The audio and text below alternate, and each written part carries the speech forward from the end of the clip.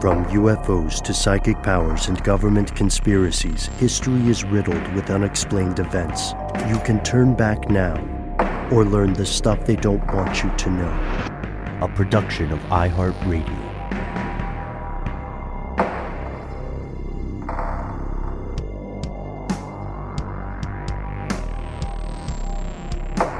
Hello, welcome back to the show. My name is Matt. My name is Noel. They call me Ben. We're joined, as always, with our super producer, Alexis, codename Doc Holliday Jackson. Most importantly, you are here, and that makes this stuff they don't want you to know. It's our weekly listener mail segment. Once again, we have an embarrassment of riches. Also, we peek behind the scenes, fellow conspiracy realists. We usually spend about 5 to 10 minutes catching up on a bunch of stuff that doesn't make it to air. One day soon, guys, I think it would be worth having a behind the scenes stuff they don't want you to know. But that's a story for another day, because what you'll find out in today's episode is that several of our fellow listeners think there's a lot going on behind the scenes, not just in the U.S., not just on this podcast, but around the world. And as you know, we endeavor to be kind of like the moray eel. When we bite into a story, we don't let go just because the news cycle has shifted. So our first story today is a piece of correspondence updating on a mystery that haunted us. Gosh, when was that, Noel? It was it was years back ago? in 2018, early September is when the news broke of these strange illnesses that were striking U.S. embassy workers in Cuba that were linked to some kind of weird futuristic sounding technology. And we definitely have a very interesting update on that came from Shawnee L., who wrote, thought you might find this interesting. Lots of people in India are sick, thinking this is what it was. And then linked to a Wall Street Journal article, the headline of which is U.S. diplomats' illnesses likely linked to pulsed energy attacks. So let's rewind back to September 1st of 2018, when this article in the New York Times came out. Microwave weapons are prime suspect in ills of U.S. embassy workers.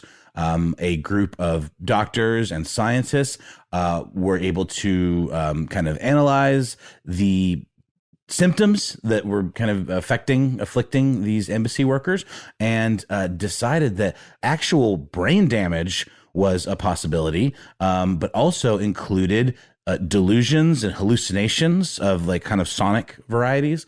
And it was not only hitting the workers themselves, but also their family members. And Ben, this was something that I think you brought to the table in an episode we did way back when, just about sonic weaponry in general, or this sort of genre of weapon. Isn't that right?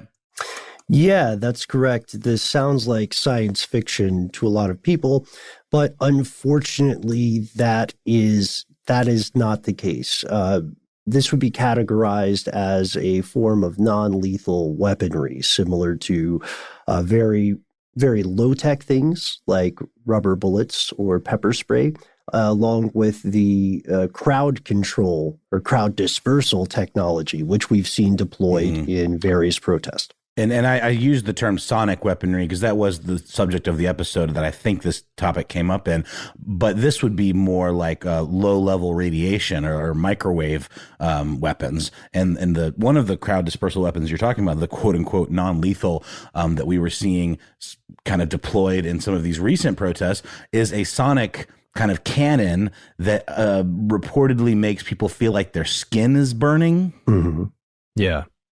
Yeah, it's extremely unpleasant. And that isn't exactly what the folks in Cuba and several other embassies were experiencing.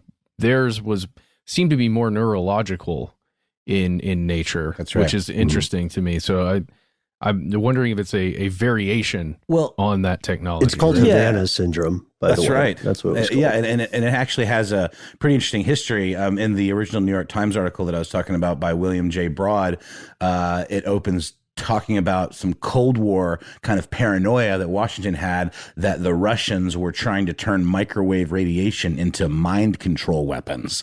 This is not that, but it is potentially using that same technology to sicken people from a distance. Mm-hmm.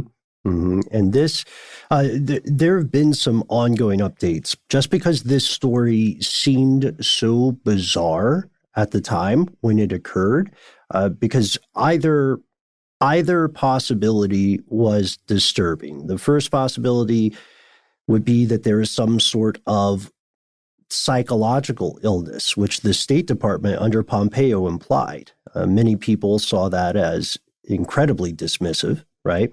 So the idea that these people were just sort of experiencing something akin to a hallucination. And then the other idea that someone had the temerity to deploy a weapon like this on the employees of the world's most powerful military. That's scary. That's what diplomats would call a bellicose action. We should also point out it occurred first in Cuba, then in China, then in Russia, then in several other countries. So there was a pattern, but this one, Noel, as it's taking place, or this story is alleged to take place on the border with China and India. That border in particular is something that we noted in the past as a potential hotspot, a potential origin point for a hot war.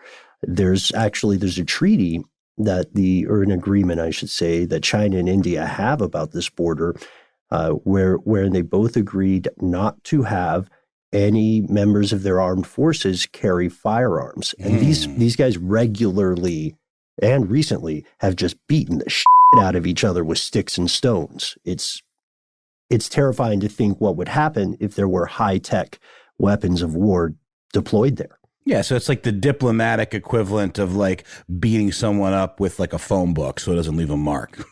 You know? Yeah, or a bag of oranges. Of oranges, socks loaded with quarters, any of those. But so the symptoms that are identical to the ones that we discussed in that article from 2018 include fatigue, nausea, anxiety, cognitive difficulties, memory loss, dizziness, headaches.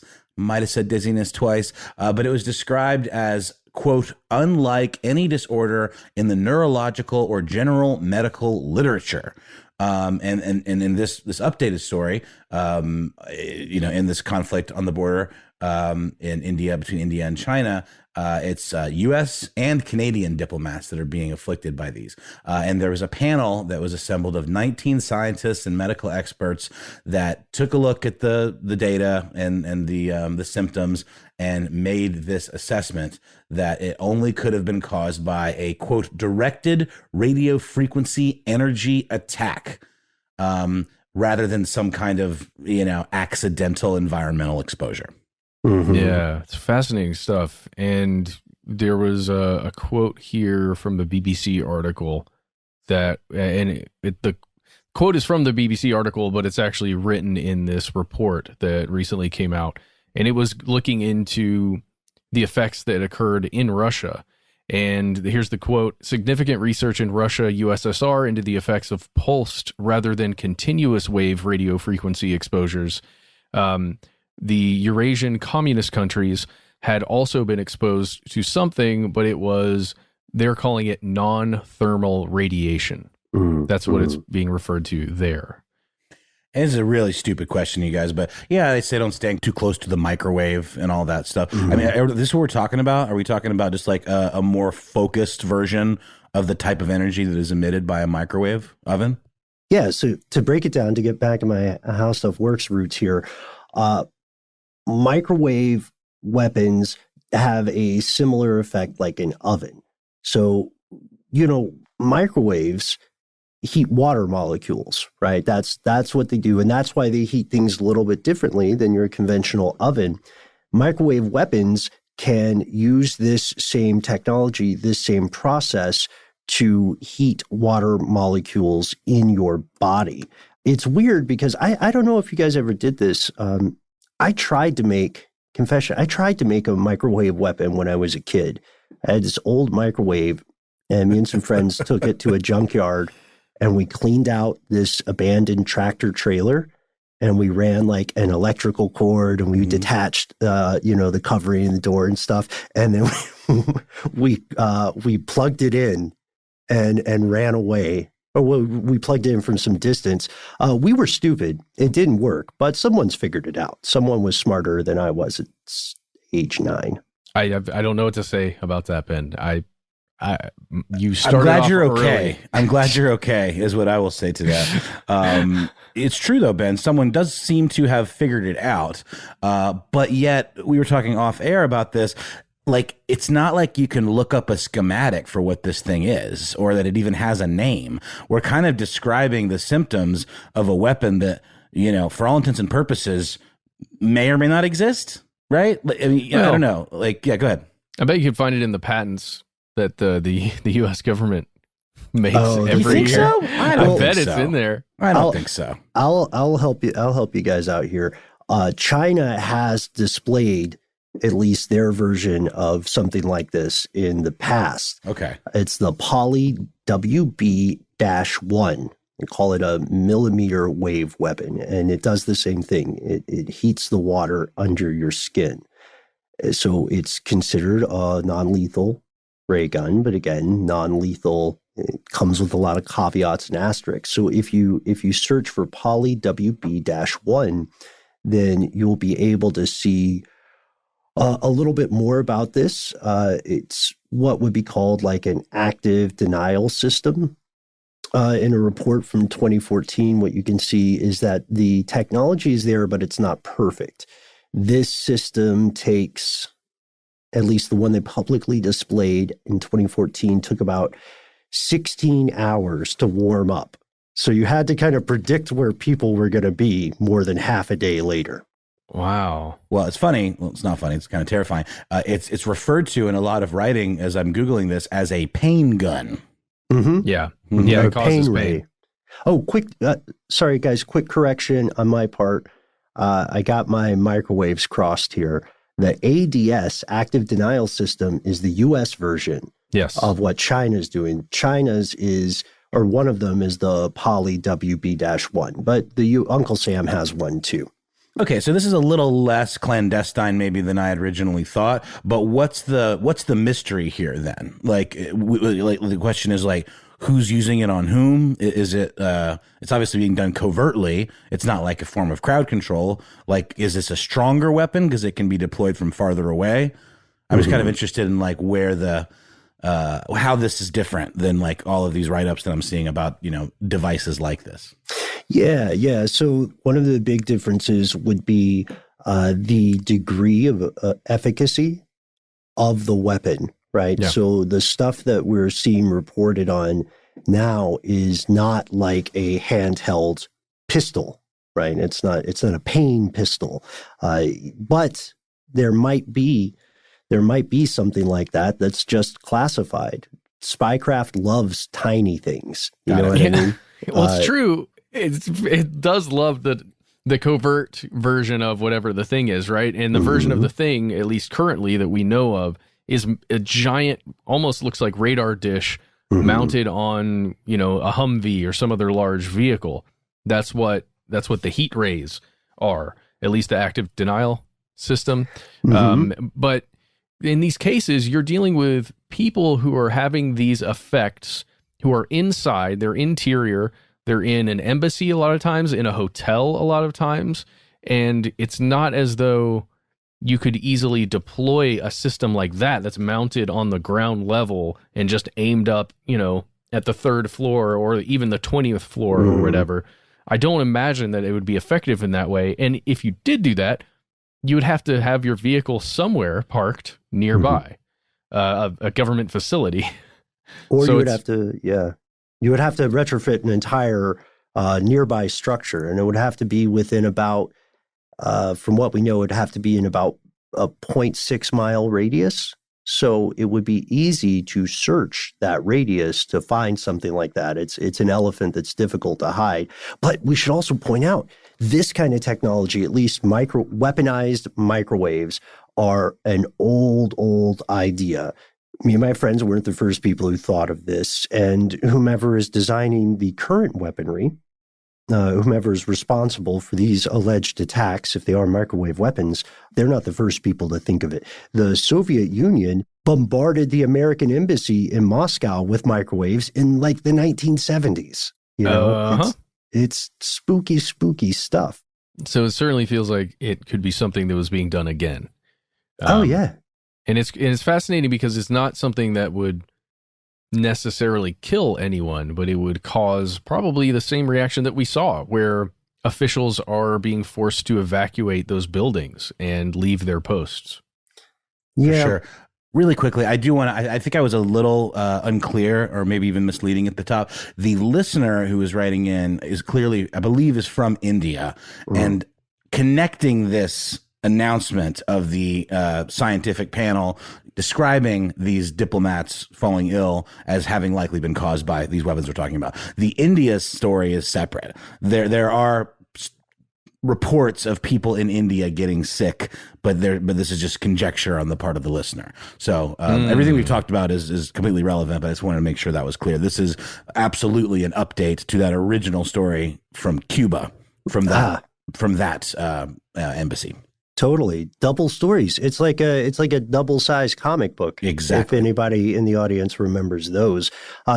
Yeah, here's the thing, though. Follow up on that tangentially related story about microwave weapons at the line of actual control, which is the name of the very intense China-India border. The Indian Army rejected the claims that there were microwave weapons used to attack Indian soldiers. So the wronged party is saying it didn't happen. Wow. Interesting. I wonder why. Okay. I mean, diplomacy's a hell of a drug, you know? Yeah, it is. But yeah, no, this is something. And then you got to start thinking, like, is this the kind, I always think of that scene in Back to the Future when Marty McFly is trying to trick, his young version of his father, played by Crispin Glover, into like asking Elaine out to the dance or whatever. And so he puts on this like, Breaking Bad kind of hazard suit with his gas mask on. And then he puts the headphones on, George McFly as he's sleeping, and then blasts him with Van Halen. And he's like debilitated, or he's like under the control of Marty, who he thinks is a space alien. That's what I always think of when I think of like the idea of pointing a thing at somebody and then rendering them, like completely inert, or just crumbling into like a puddle of jelly on the floor. What if you could make larger scale versions of these things to like disperse huge crowds and just absolutely render people completely useless? Or you could use it on armies, Isn't that a game changer for war? Is that good? Is that something we want? Or is it going to fall into the wrong hands like everything does? Yeah, there is something Promethean about it. The U.S. deployed a microwave weapon or millimeter weapon, whatever you want to call it, in Afghanistan, according to reports. But the official story is they withdrew it from the field before it was ever used on human targets. Still, fog of war. A lot of stuff slips through. I mean, it feels like the kind of thing you would mount around Washington, D.C. and other major cities where you could disperse large crowds if you felt so inclined as someone in power. Or as a perimeter holder, you know what I mean? Mm-hmm. Like around like a place where you can't, like literally like an invisible force field, or when you get too close, you start grabbing your head and shrieking, like that scene in Scanners where the guy's head blows up. Mm-hmm. It's very video game-like to me. The only problem is the energy drain. It's energy-wise, it's not super efficient. It's very To have it running expensive. Constantly would be that would be a real suck on resources. Yeah, but if you get 16 hours notice that there's going to be a riot at the White House, done. Yikes. And this paper that was, published by this group of scientists and medical experts completely validates findings by a previous medical team, Douglas H. Smith, who actually published a separate study in a medical journal in 2018, said that exposure to microwaves were the most likely culprit for these types of symptoms. So, sort of case closed, at least in this case, but I think we're going to hear a lot more about these types of weapons as it seems like they've gotten more effective. Mm-hmm. Mount them on drones. Right. Once you get the energy drain problem figured out. figure out how to make them solar powered and mount them on drones, right? And then you just have to, I guess, figure out what you do for crowd control at night. What a time to be alive. Well, how about we take a quick sponsor break and then come back with another message from you?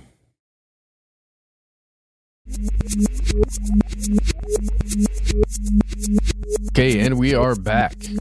Now, for this next message, we are going to our voicemail system. Remember, that is 1-833-STDWYTK. You can always leave us a message. We are always waiting for you to call in. And if you do, I recommend sending something like this. Hey, guys. I'm calling from Ireland, and I wanted to know if you'd ever heard of Ireland's Vanishing Triangle. It's an area roughly in Leinster in Ireland where between 6 and 8 women have vanished, and there's been no trace of them. All of the women were young. The oldest was 40. They were traveling on their own in the 90s in Ireland between 1993 and 1998, and they disappeared without a trace. Something that's pretty well known here in Ireland. I thought you might be interested in looking it up. Have a great day, and feel free to use my voice on the podcast. I have no issue with that. Bye.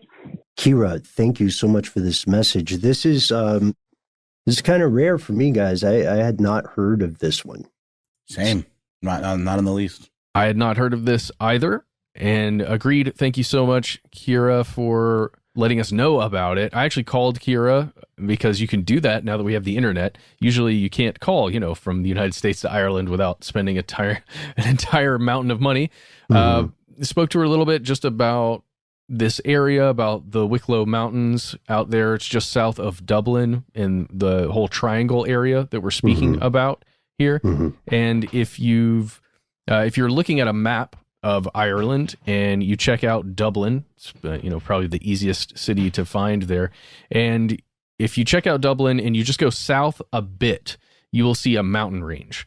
Those are the Wicklow Mountains. And that is kind of pretty much that whole mountain range, the surrounding area as the mountains are going up. That's what we're talking about with the Vanishing Triangle. And there are a lot of smaller towns that go around those mountains. And that's really what we're looking at. I found several articles looking at this, and there's of course reporting that goes back into 1993, I believe.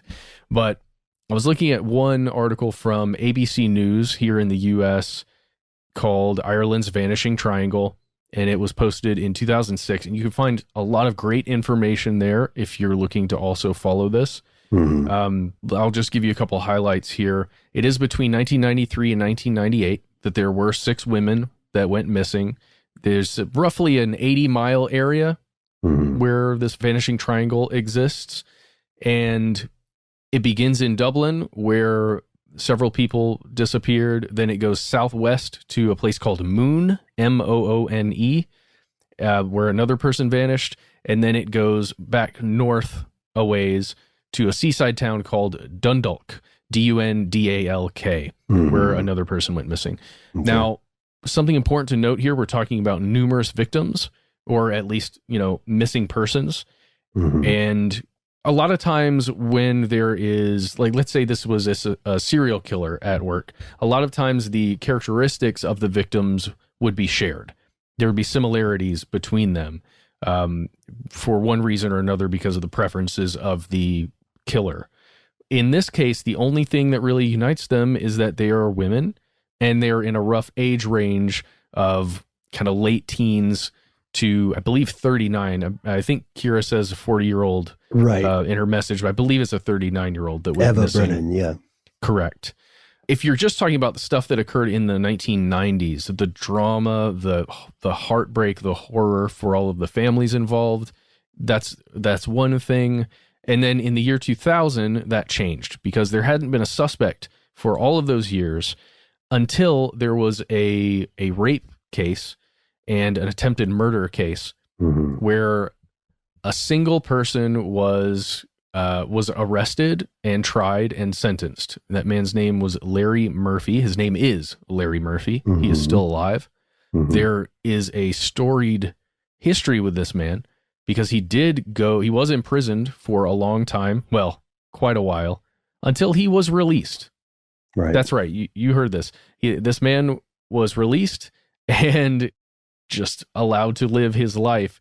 The crazy thing is that he was never connected to any of these other, these missing persons cases. However, there's a lot of things about him that make you feel like maybe he would be, and he was considered the prime suspect for these missing persons cases. However, there wasn't any real evidence linking him to any of them. He worked at he had some tangential connection, I believe. He was a carpenter. Yeah, and he did some work at a shop owned by one of the victims' grandmothers, but that's not enough to go to court with. It's not. And he was working near somebody else, another person that went missing. He was working near them at the time. Mm-hmm. There's so much to unpack here.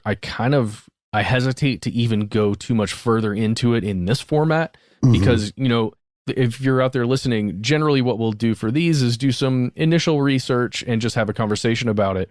When we're doing our regular episodes, we dive deep into all this stuff. We spend, days on it.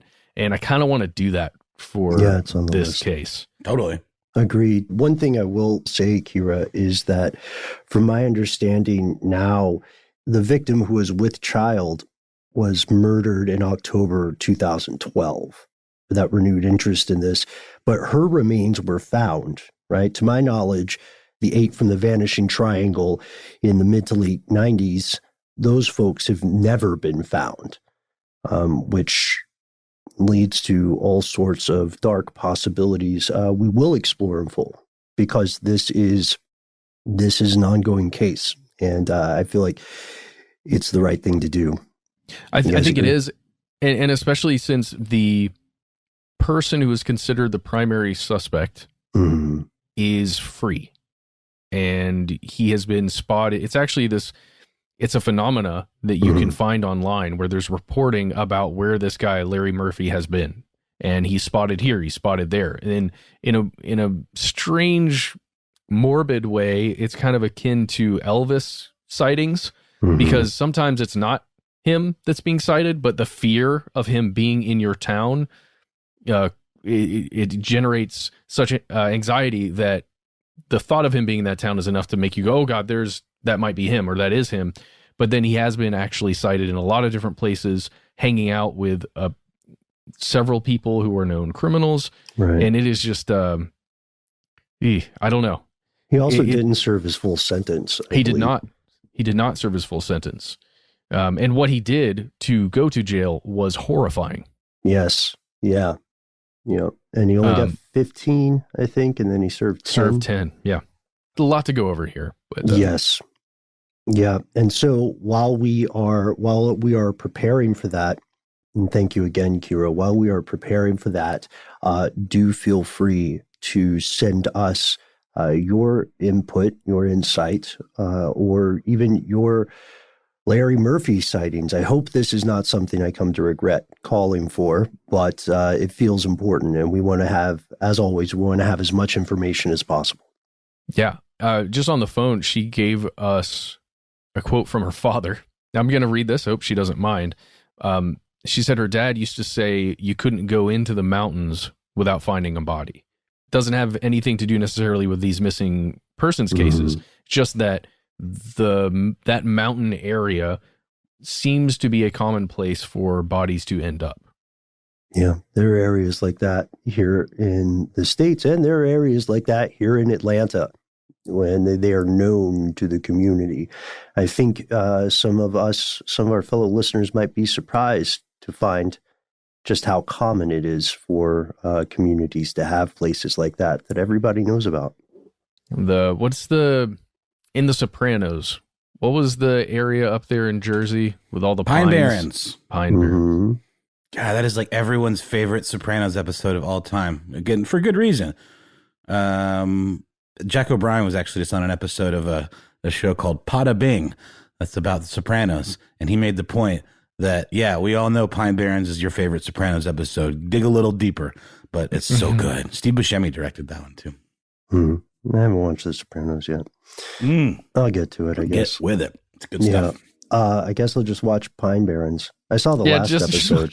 Well, it's a bottle episode. It's it's completely self-contained. It's Paulie and what's his name? Christopher Moltisanti, and it's wonderful. It's got a lot of comedy. Maybe comedy would help, but yeah, to that point, we even see it occurred in fiction. There are dark places out there, and if you hear rumors about those places, it's not uncommon for those rumors to be founded in truth. But we are on the case, and hopefully we can bring more visibility to this story. Great. Thanks again, Kira. And we'll be right back after a word from our sponsor.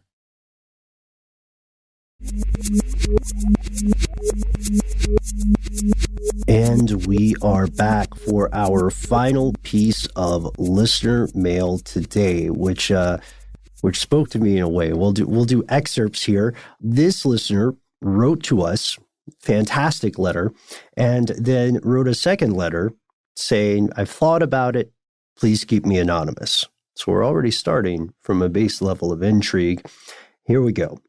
Greetings, conspiracy friends. First, I'd like to thank you sincerely for all the thought, time, and effort you put into producing a great show. I've been a fan of Stuff They Don't Want You to Know since the YouTube-only days, and I can't begin to tell you how much you all have entertained me, made me laugh, think, and gotten me through some not-so-fun times. I'm writing to pass on a little bit of information I know about a topic that I think can make an interesting segment or even a full episode. I've listened to the vast majority of your episodes, but if I somehow missed you covering this, I apologize in advance.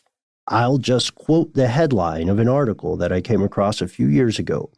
Kazakhstan and the Illuminati in an unfinished metropolis.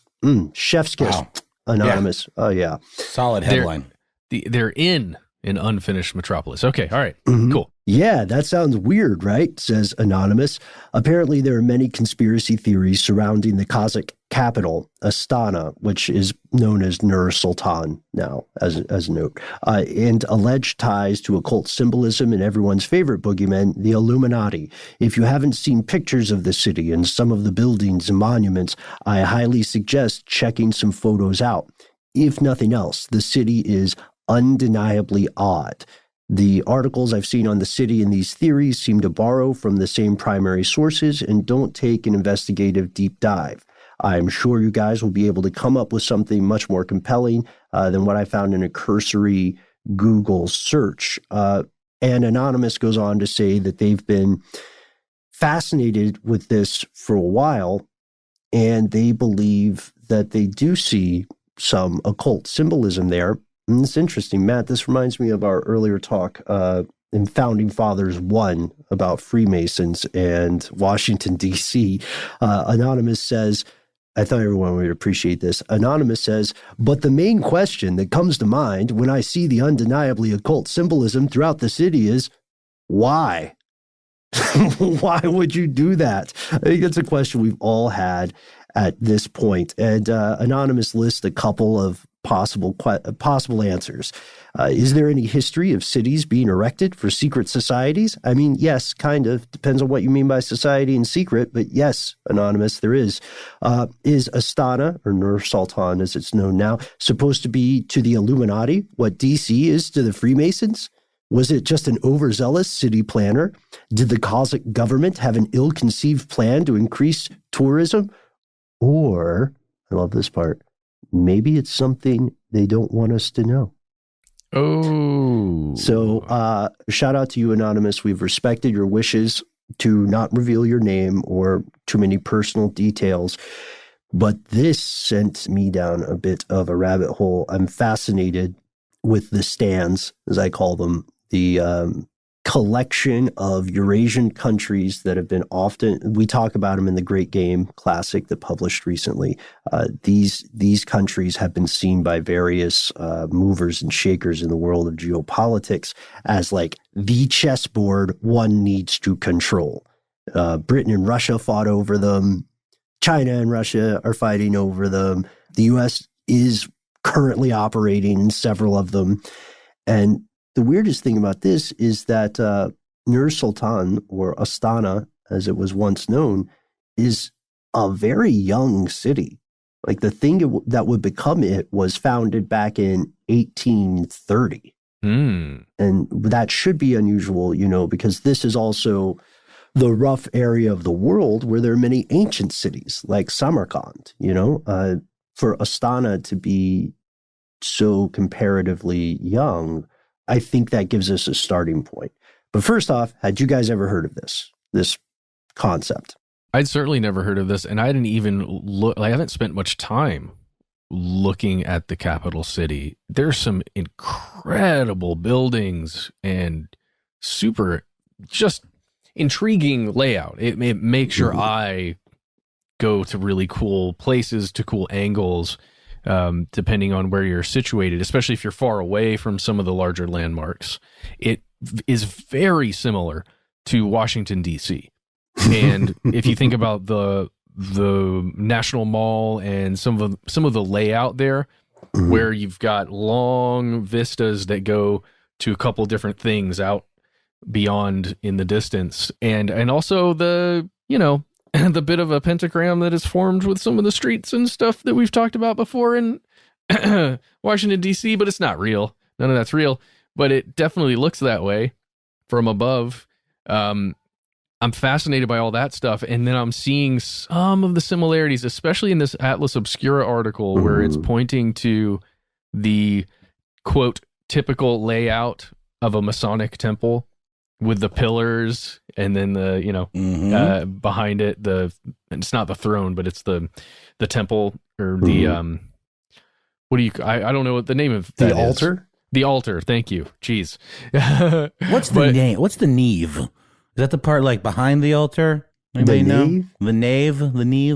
It's the central part of the building. It's where most of a congregation sits. Oh, for some reason I thought it was it sounds like nook-like to me. Like, I don't know, never mind. What is the beef with the Illuminati? I know that's like a silly question. We did an episode recently where we kind of demystified at least the beginnings of the Illuminati as just sort of like another Enlightenment secret society, much like the Freemasons, that isn't inherently nefarious, but it's gotten this, reputation, and there's this, kind of like ominous tone surrounding it, way more so than even the Freemasons or the Rosicrucians or a lot of those other groups. Is there I know there's the Illuminatus trilogy, which is fiction, but like where does the distrust come from of this organization? Let me quote George Orwell from 1984. If you want a picture of the future, imagine a boot stomping on a human face forever. The primary objection to the conspiratorial Illuminati organization is that it functions as a hidden hand with every action meant to further consolidate control. And that it's sort of a control for its own sake, which is one of the big points of 1984. The methods of doing so, if such an organization exists and is capable of doing this, would rely intensely on deception and the exploitation of existing socioeconomic structures. So you would have people sending innocent folks to war just to consolidate control. And nothing like that has been conclusively proven on a huge scale. But we know very well that the conversations world leaders have alone in back rooms are very different from the conversations they have in public or the speeches they make when they want support from the military or voters or corporations. So that's the main objection, I would say. I see what you're saying there, Ben, and I totally agree with you. For me, I think I see it a little bit as the most tangible version of God, or a God that we can kind of imagine. Like a controlling force that is always there, but you can't see it. And you know that it's acting, its influence is acting around your world and causing things to happen and people to maybe die or other bad things to occur, or like you said, just for control to be harnessed further. But rather than it, being a deity or a god, it's just a group of really powerful people. So it feels more realistic. I think. Yeah. And as I said earlier in our episodes on the Illuminati, the thing about that is ask yourself what is more likely. Is there a small group, a comparatively small group of people that controls the entirety of the world? Or are there several small groups of powerful people who feel like they should be in charge? You know what I mean? There's not as much cooperation. And also the belief in this force with total control, whether it's nefarious or whether it's beneficent, it's more comforting than the idea of chaos in a lot of ways. Sure. But it doesn't come from nowhere. You guys got to look at the architecture, and it's weird for sure. It's a vibe, or it's mood AF, as we might describe it. But also, this city is unfinished. The construction is continuing. Kazakhstan is the most wealthy of the stans. It's an oil money, black gold, Texas tea country. And there are billions of dollars pouring through it. You know, I don't want to make some like cheap, hacky Borat joke about potassium or whatever, because this country is a big deal. And the transformation. So Nur Sultan became the capital in 1998.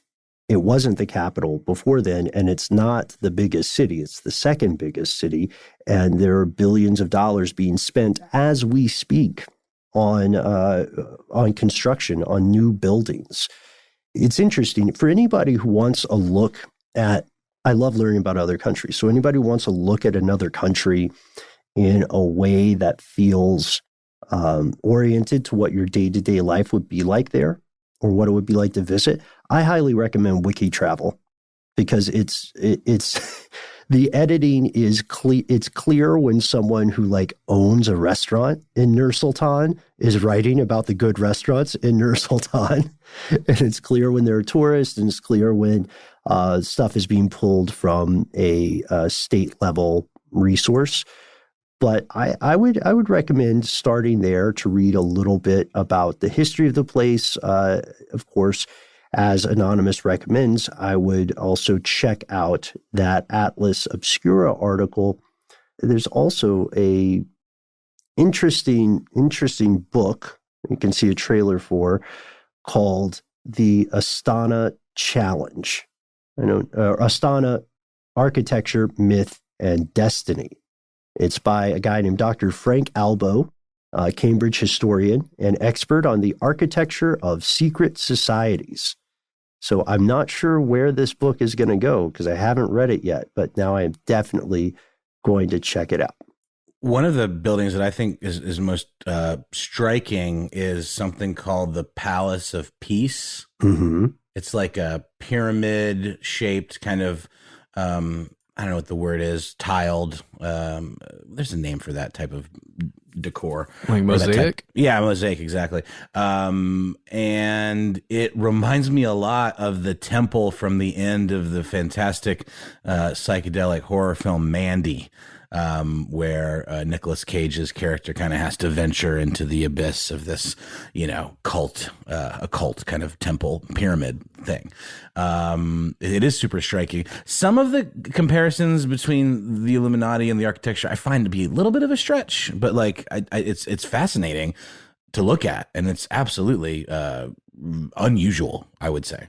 Yeah, agreed. I have some associates with experience in this area, and I'm going to reach out to them because I think we could make a full episode here. You can find the story, or the official story at least, about the genesis of this construction, and there's no denying whether you look at it through the lens of conspiratorial matters or secret societies, or whether you look at it through a purely objective architectural lens. It looks wild. There's a great article on The Guardian that I think people might enjoy called Astana, Kazakhstan, the space station in the steppes. And I agree with it. We're talking like a 62-meter high silver pyramid, giant green gold cones, because why not? The Bactric Tower. Mm-hmm. Oh, yeah, that slaps.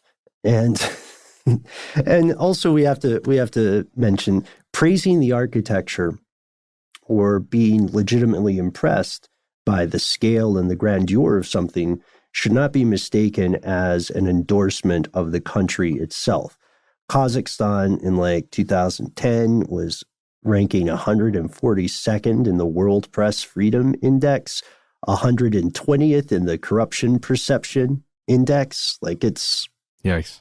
The reality is not as nice as the buildings. And there's a very well-established history in a lot of corrupt parts of the world, especially parts of the world that have strongmen as leaders. That history says, let's build big, grandiose buildings in the capital. You know what I mean? Oh, yeah. Like that Washington Monument. Oh, and there's one... Yeah, like that Washington Monument. That guy raises his hand in the brainstorming meeting and they say, do you have a question? And he says, no, I'm saying it should look like this. Just keep going. So there's another thing here, something slightly sinister about Nur-Sultan, which it doesn't have like a booming nightlife, doesn't have a bohemian quarters, or as journalist Rowan Moore puts it, it doesn't have hidden surprises. It seems sedate. So what is going on there? Why is there an eye in the pyramid? If you see all the images that they got for that Atlas Obscura article in 2014, there is nobody on the streets. Mm-hmm. Did you notice that? Oh, I couldn't put my finger on what was so eerie about it, and that's exactly what it is. Well, it looked like images early on this year when the pandemic first, began and the quarantine for everyone started. Mm-hmm. It looked like those kind of empty streets, but it was in 2014. So I'm interested in just the stage of construction and population growth and everything at that time. But I'm definitely going to be just going down a rabbit hole myself on this one, at least. I don't know if you guys clocked it. I didn't want to be, I don't want to open with this because it felt like it would be rude on my part. But, I said the name of the city changed from Astana to Nur-Sultan. That's the first name of the president. The ruler, the chairman of the Security Council of Kazakhstan. His name is Nur-Sultan Nazarbayev. It's just a coincidence, I'm sure. Imagine naming the capital city after yourself. And changing the name. Yeah, that's wild. That is, that's a lot. It's powerful. Here's maybe a dumb question, but what would it take to change the name of a U.S. city? A vote, political pressure and a vote. Yeah. A street name, but a little more difficult, requiring more organizing. Would the people so it would be a vote, to the people, to the citizens of that state. Yeah. Yeah, it would just have to go. Like a referendum of some kind. Got it. Yeah, exactly. We'd just have to go, it would have to be something the community supports for its, for most states or most small communities or towns, it would be up to them and they could have their own vote. And then they would probably have to petition with some authorities to have the name change. But for larger cities, like capital cities of a state, I'm just speaking about the US here, or like Washington, D.C., it would be an enormous undertaking.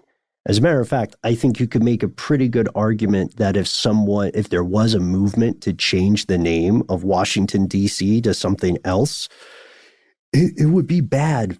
It would be an indicator of instability for the country, whether or not you're on board with calling it, Chuck E. Cheese or Quasar One or whatever you want to name it. But then if you went to if the people of Pigeon Forge want to honor Dolly Parton after she passes, then they could rename their town to Dolly properly. How about just Dollyville? Yeah, they did that, didn't they? Well, no, that's Dollywood. Oh, sorry, yeah, which is the resort theme park. So it would be confusing to have Dolly and then Dollywood, or like Dollyville and then Dollywood. But there are things you work out. But that's a good question. I am not aware of a petition to change the name of a town, but it has to have happened.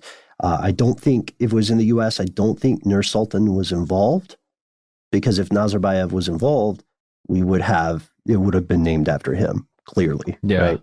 I need you guys to, at some point, to check out the Kazakh National University of Arts there in Nur Sultan. It looks incredible. Mm-hmm. It looks like the base it's got a concave top, spherical concave top, and it goes down like this. And it looks like the base for some spherical thing to land inside of it. It like looks a spaceship. incredible. Yeah. Oh, also that name change to Nur Sultan occurred on March of last year, and it's there's kind of a Medvedev Putin thing going on here, because I am not persuaded that this guy is actually retired. I think he's doing a power behind the throne thing, and maybe anonymous. He's working with the Illuminati. We'll find out. Would you guys like to do a full episode on this? Do you think it would be worthwhile to get weird with it in Eurasia? I'm down. I like talking about architecture and secret societies and spooky stuff. Sign me up. Yeah, I'm down. I want to keep looking at this. The Khan Shatir building looks like that Cirque du Soleil big top that they always put up seasonally around Lenox Mall. Yeah. I'm sorry, Atlantic Station in here in Atlanta. And I didn't realize the largest mosque in Central Asia is located in this city. Mm-hmm. Mm-hmm. Man, it's true. It's there are a ton of fascinating things about this area of the world and about Kazakhstan specifically that aren't just really examined in the West. So we would love to explore that in a future episode. So thank you again, Anonymous. Thank you as well, Kira. We will explore the Vanishing Triangle in an upcoming episode. And Shawnee L. And of course, thank you to everyone else who has called, who has written to us, who has posted on social media, or did weird invocations. According to books I will not name on air. But before we wrap up, one quick correction that I wanted to make here. We talked about Black Friday earlier, and we said we propagated the common belief that it is named after the period when businesses go from being in debt and red ink to being in the black, making a profit. However, the true story takes place in Philly. Police use the phrase Black Friday to describe the sheer amount of human traffic, both in vehicles and on foot, that would occur the day after Thanksgiving. Right. Did not know that. But just because this segment is over does not mean the show has stopped. The only way this continues is with your help. So please write to us. Please call us. Please contact us through whichever means you feel most efficacious for you. We are on the internet. You can find us on Facebook. You can find us on Instagram. You can find us on Twitter. We like to recommend, of course, Here's Where It Gets Crazy. Learn more with the best part of the show, your fellow listeners. But hey, you say, I have listened to you guys extensively dunk on social media, and it turned out you were on the money about a lot of it, so I don't use Facebook. How do I get in touch with you? Yeah, I just use the other social media, YouTube, because we're still there. No, I'm just joking. That's not the best way to get in touch with us. One of the best ways to get in touch with us is to do what Kira did. Leave us a message. We have a phone number. It is 1-833-STDWYTK. Please just let us know if you're all right with us using your message in one of these listener mail episodes. Also, be aware that when you do call in, your number gets left on our voicemail machine. It is like any other voicemail, like on your phone when someone leaves it to you. The caller number is there. So if you don't want to have your number on it, please use a Google Voice or some other alternative phone number to call in for that service. Anything you want to talk about, you got 3 minutes, leave us a message. And chances are not bad for you to get a call directly from Mr. Matty Frederick right here. You might have heard him casually reference having chats with some of the listeners whose messages we talk about. It's a true thing. Yeah, it happens, even if you don't want it to. So, yeah. Hence, use the Google Voice if you don't want Matty calling you, because he'll do it. Sorry, but also there's other ways to contact us. One of the best ways is that good old-fashioned email that we keep around. We are conspiracy@iHeartRadio.com.